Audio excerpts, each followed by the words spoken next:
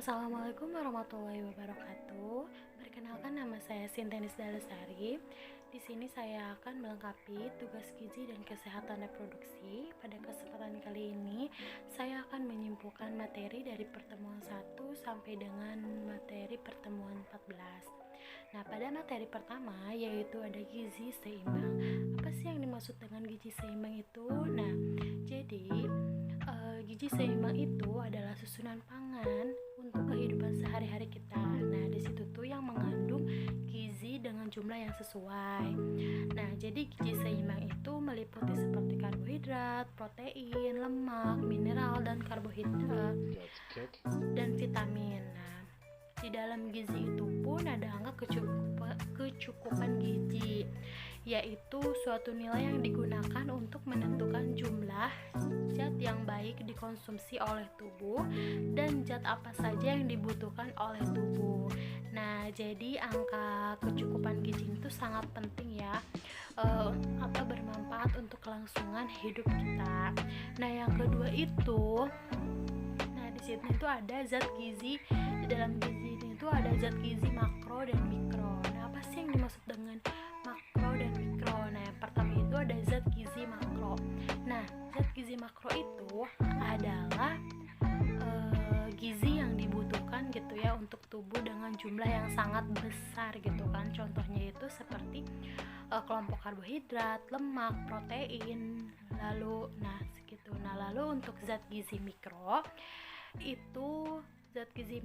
itu ada dibutuhkan untuk menetralkan tubuh gitu kan ya, seperti vitamin dan mineral. Nah, untuk vitamin juga bisa terbagi menjadi dua, yaitu ada vitamin yang larut air dan juga ada vitamin yang larut lemak. Nah, seperti itu. Nah, lalu di sini ada gizi pada anak remaja. Nah, bahwa kita ketahui kalau misalkan anak remaja itu tuh apa sih, kita tahu dulu ya pengertian dari remaja itu apa. Nah, jadi remaja itu seseorang yang berada dalam masa peralihan dari anak-anak sampai masa dewasa. Jadi masa remaja itu dari berumur 10 tahun sampai dengan 24 tahun. Nah, di masa remaja juga ada tahap-tahapnya. Yang pertama, pada tahap awal itu usia 11 sampai dengan 14 tahun. Dan remaja pertengahan itu ada usia 14 sampai dengan 17 tahun. Nah, untuk remaja masa akhir ini dari 17 tahun sampai dengan 20 tahun. Nah, bahwa kita ketahui gitu ya, pertumbuhan laki-laki dengan perempuan gitu kan, anak remaja laki-laki dengan anak remaja perempuan gitu, itu sangat berbeda gitu. Jadi mungkin ya ada anak laki-laki itu cepat ya tingginya dibanding dengan pertumbuhan perempuan. Nah, lalu berat badan juga mungkin sekitar ya 25% sampai 50% final itu yang dicapai pada masa remaja ini gitu kan. Mungkin berat badan laki-laki sama perempuan mungkin agak lebih besar dengan laki-laki dibanding tadi dengan tinggi badan. Jadi tinggi badan itu lebih tinggi laki-laki dibanding perempuan. Nah, jadi tujuan dari pemberian nutrisi dari sumber makanan serta gizi ini pada masa remaja itu bertujuan untuk memaksimalkan pertumbuhan fisik, perkembangan kognitif, serta organ reproduksi remaja. Nah, lalu memberikan cukup cadangan zat gizi dalam tubuh gitu kan ya, dalam tubuh itu agar tidak mudah sakit gitu. Terus mendorong agar anak tuh menerapkan kebiasaan makan yang cukup gitu kan ya. Nah, di sini juga kan ada penentuan status gizi juga. Nah, jadi status gizi itu bisa dilakukan gitu beberapa cara, yaitu dengan gizi dengan langsung dan tidak langsung. Nah, pada gizi remaja ini juga bisa ada masalahnya, yaitu seperti kekurangan gizi makro dan mikro gitu kan ya. Nah, lalu kelebihan berat badan. Nah, jadi bisa kita identifikasi masalah status gizi itu seperti mengurus gizi secara berkala, memantau dengan baik, menganalisa pola aktivitas dan menganalisa pola nutrisi. Nah, lalu sini ada yang namanya itu gizi dalam kesehatan reproduksi. Nah, mungkin kebutuhan zat gizi selama masa prakonsepsi gitu ya, yaitu masa dimana sebelum kehamilan, periode waktu dari 3 bulan hingga 1 tahun sebelum konsepsi, dan idealnya itu mencakup waktu saat ovum dan sperma yang matur. Nah, untuk para pasangan nih yang akan melangsungkan pernikahan, sebaiknya mulai mengubah pola makan menjadi teratur gitu kan ya. Nah, dan baik selambat-lambatnya 6 bulan. Nah, sebelum kehamilan. Jadi hal ini tuh bisa membantu memperbaiki tingkat kecukupan gizi pasangan gitu, seperti itu. Jadi pola makan yang disarankan pada pasangan prakonsepsi itu mungkin untuk mengkonsumsi dalam jumlah yang mencukupi gitu kan ya. Misalkan seperti karbohidrat, protein, asam folat, vitamin B6, vitamin D, zinc dan lain-lain seperti itu. Nah, lalu di sini tuh ada perhitungan status gizi. Nah, status gizi dan kebutuhan ini permasalahan gizi pada daur siklus kehidupan. Nah, jadi pada daur atau siklus kehidupan manusia ini, masa pertumbuhan yang paling cepat adalah masa pertumbuhan bayi dan remaja. Nah, sebagai contoh, berat pada bayi sehat akan naik 30% pada usia 1 tahun, pada usia remaja berat badan naik 50%, nah dan tinggi badan naik 20%. Nah, lalu masalah gizi berdasarkan daur kehidupan merupakan yaitu balita, remaja, wanita usia subur. Nah, balita ini yang kek gitu ya, berpotensi tumbuh menjadi remaja kek. Untuk remaja yang kek berpotensi menjadi ibu hamil yang kek dengan anemia, dan untuk ibu hamil yang kek akan berisiko melahirkan bayi dengan BBLR. Nah, seperti itu. Nah, ada juga yang mempengaruhi kesehatan gizi dalam daur kehidupan, yaitu langsung dan tidak langsung. Nah, kalau langsung itu seperti konsumsi makanan dan penyakit infeksi. Sedangkan yang tidak langsung itu kesediaan pangan di keluarga asuhan ibu dan anak pelayanan kesehatan. Nah, lalu di sini tuh ada kebutuhan harian ibu hamil ya, gizi untuk ibu hamil. Nah, jadi mungkin ibu hamil itu harus mengonsumsi kalsium sebanyak 1000 sampai dengan 1200 mg. Nah, asam folat mungkin sebanyak 600 sampai 800 mikrogram dan zat besi sebanyak 27. Nah, asupan nutrisi ini merupakan hal yang sangat penting ya dalam kehamilan gitu. Nah, jika kebutuhan gizi ibu hamil tidak tercukupi, maka berat badan ibu dan janin akan susah bertambah. Nah, kondisi ini tuh bisa menimbulkan berbagai masalah baik kesehatan ibu maupun janin gitu kan ya. Nah, oleh karena itu, gizi ibu hamil, keadaan kesehatan ibu hamil yang dipengaruhi oleh konsumsi makanan dan minuman pada beberapa waktu sebelum hamil. Nah, status gizi itu dapat diketahui melalui perhitungan yang IMT atau indeks massa tubuh ya. Nah, dan mengukur lingkar lengannya. Lalu ada masalah gizi ibu hamil. Di sini juga ibu hamil itu ada kek. Mungkin ya ada masalah gizi ibu hamil itu ada kek gitu, anemia, dan juga ada gangguan akibat kekurangan yodium. Nah, jadi kek itu adalah masalah gizi ibu hamil ya, yang disebabkan karena adanya kekurangan asupan makan bergizi dalam waktu cukup lama. Jadi kek ini juga bisa disebabkan karena mudah merasa kesemutan gitu, mulai merasa kelelahan terus menerus gitu kan. Lalu anemia. Nah, mungkin anemia ini karena apabila kadar HB-nya rendah gitu kan.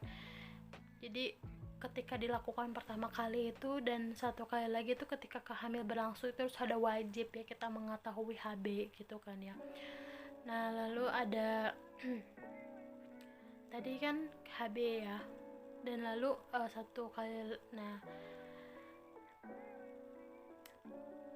lalu ada zat gizi menyusui ya. Jadi ada zat gizi ibu menyusui. Nah, jadi zat gizi pada ibu menyusui itu dapat diartikan ya bahwa konsumsi makanan ibu menyusui harus memenuhi kebutuhan untuk dirinya sendiri dan untuk pertumbuhan serta perkembangan bayinya. Jadi kebutuhan zat gizi lain juga akan meningkatkan selama menyusui, yaitu karbohidrat, protein, lemak, vitamin, mineral, cairan. Nah itu harus. Jadi kandungan zat gizi ASI itu makanan terbaik ya yang diberikan ibu kepada bayinya gitu kan. Komposisi ASI itu berubah menurut stadium penyesuaian kolostrum, susu atau peralihan susu matur. Nah, yang sesuai dengan kebutuhan bayi pada stadium ini gitu kan ya. Nah, masalah-masalah dalam pemberian ASI itu ada anemia gitu, kekurangan vitamin A, gaki ya. Terus lalu CAP, kurang energi protein. Lalu kekurangan vitamin D gitu kan. Lalu selanjutnya ini ada gizi bayi dan balita. Nah, bisa kita ketahui ya kalau misalkan bayi itu baru berumur 0 sampai 12 bulan. Nah, ini itu merupakan tahapan kehidupan pertama setelah manusia dilahirkan. Nah, kehidupan yang pertama adalah paling rawan untuk pertumbuhan dan perkembangan. Lalu untuk balita 1 sampai dengan 5 tahun itu merupakan masa kritis, masa pertumbuhan otak. Nah, masa dasar pembentukan sikap. Nah, jadi tumbuh kembangnya itu, kalau perkembangan itu meningkatkannya jumlah dan ukuran sel.